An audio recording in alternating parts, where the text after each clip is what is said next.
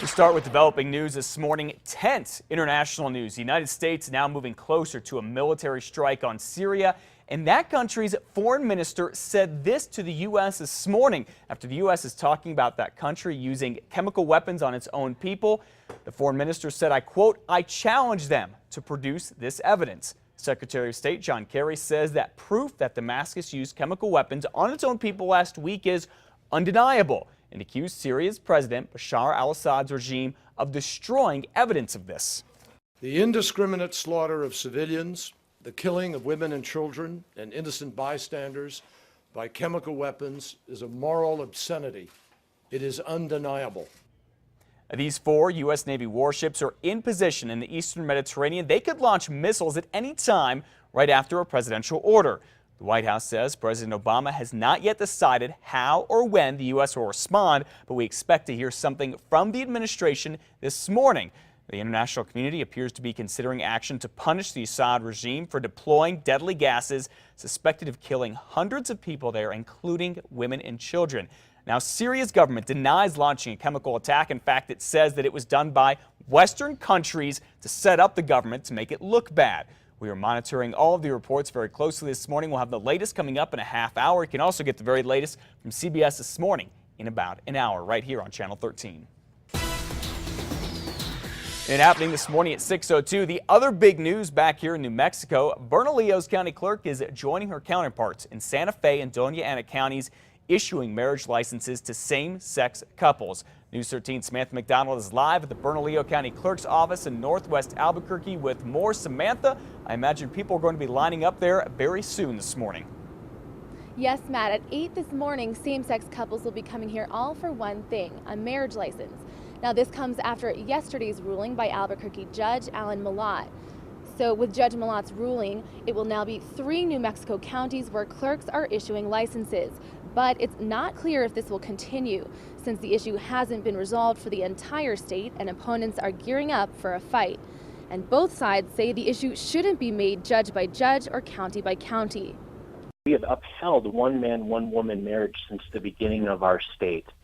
And so if it's something that people are going to want to change, it needs to go through the legislature. That's the proper channel in our system of government to change law. Otherwise, we have the risk that there will be different decisions in different counties, and that's not good for the people of the state, and that's not good for anyone who wants to get married, because it's not right to have different rules county by county. Now, opponents say they're reviewing their legal options, but some opponents say they will be filing a suit against the Doña Ana County Clerk this week. Matt, back to you. All right, thank you very much for the update, Samantha. That suit could come as early as today. Now, if the Supreme Court does not step in, these lawsuits are probably going to continue. In fact, another same-sex couple is expected to file a lawsuit in Taos County today. And state lawmaker heading a Republican effort to stop counties from issuing marriage licenses to gay couples says New Mexico's judges and county clerks are crossing the line. State Senator Bill Scherer from Farmington issued a statement shortly after the judge in Bernalillo County rendered that decision yesterday. He said, quote, it is up to the New Mexico State Legislature, with the consent of the governor of New Mexico, to make laws for county clerks and district court judges to abide by. They do not make the laws. This is from the senator. And Mr. Scherer, among more than 24 Republican lawmakers, are looking at ways to stop a gay marriage in New Mexico. He says the legal team continues to review their options. Of course, we'll be following that for you. Keep it here on KRQE.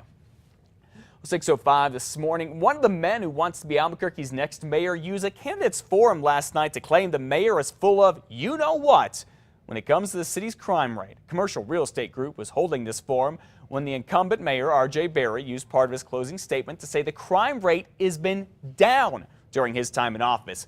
Well, Democrat Pete Dinelli challenged that, but it was another Republican, Paul Hay, a former police sergeant, who had some especially strong language for the mayor. Listen to this. I was a cop for 25 years, and the mayor wants to say that the crime rate is going down? Ask a cop that works the streets. I have to call bull, Mayor. I don't know any other way to say it. I got a chuckle from the crowd. They're very passionate. So, who is right, Paul Hay or the incumbent mayor, R.J. Berry? Well, according to FBI statistics that we got a hold of from 2009 to 2012, the total number of violent crimes in Albuquerque did increase, but because the city's population also went up, the violent crime rate, which is calculated by crimes per person, fell about 2.5%.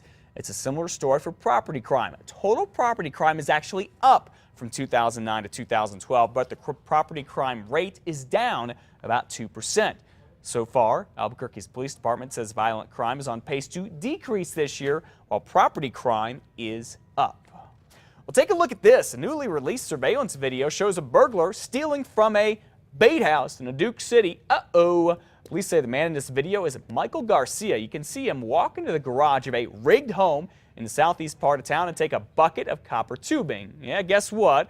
There was a GPS device in that bucket that led police to a recycling center where officers say they found Garcia and this other man, Theodore Sanchez, trying to sell it. Both of them were arrested and charged with burglary. Well, the guy who pretended to be a cop and bullied a bunch of kids is scheduled to be sentenced for his crimes today. Joseph Hanna was arrested about a year and a half ago after a group of teens said he pulled a gun on them, exposed himself, and did some other disgusting stuff. Prior to that, he pulled over 2 women on Paseo del Norte, flashing his fake police badge and lights.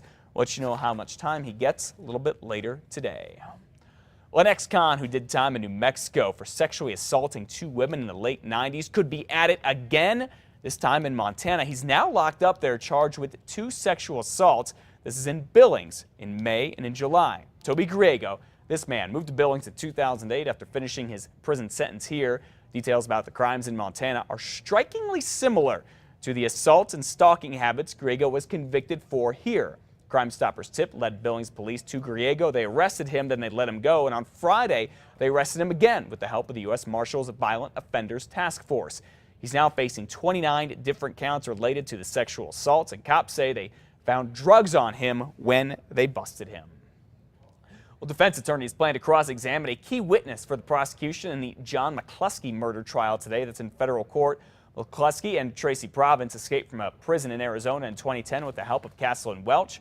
Province says while on the run, McCluskey got tired of their small getaway car, so the trio carjacked Gary and Linda Haas near Tucumcari. This couple, Province testified they planned to let the Haas's go, but that when he left McCluskey alone with them, he heard 4 gunshots. Province says McCluskey told him he killed the couple because he couldn't leave any witnesses. The Haas's bodies were burned in their RV on a ranch near Santa Rosa. Province has pled guilty, faces life in prison. Prosecutors want the death penalty for McCluskey.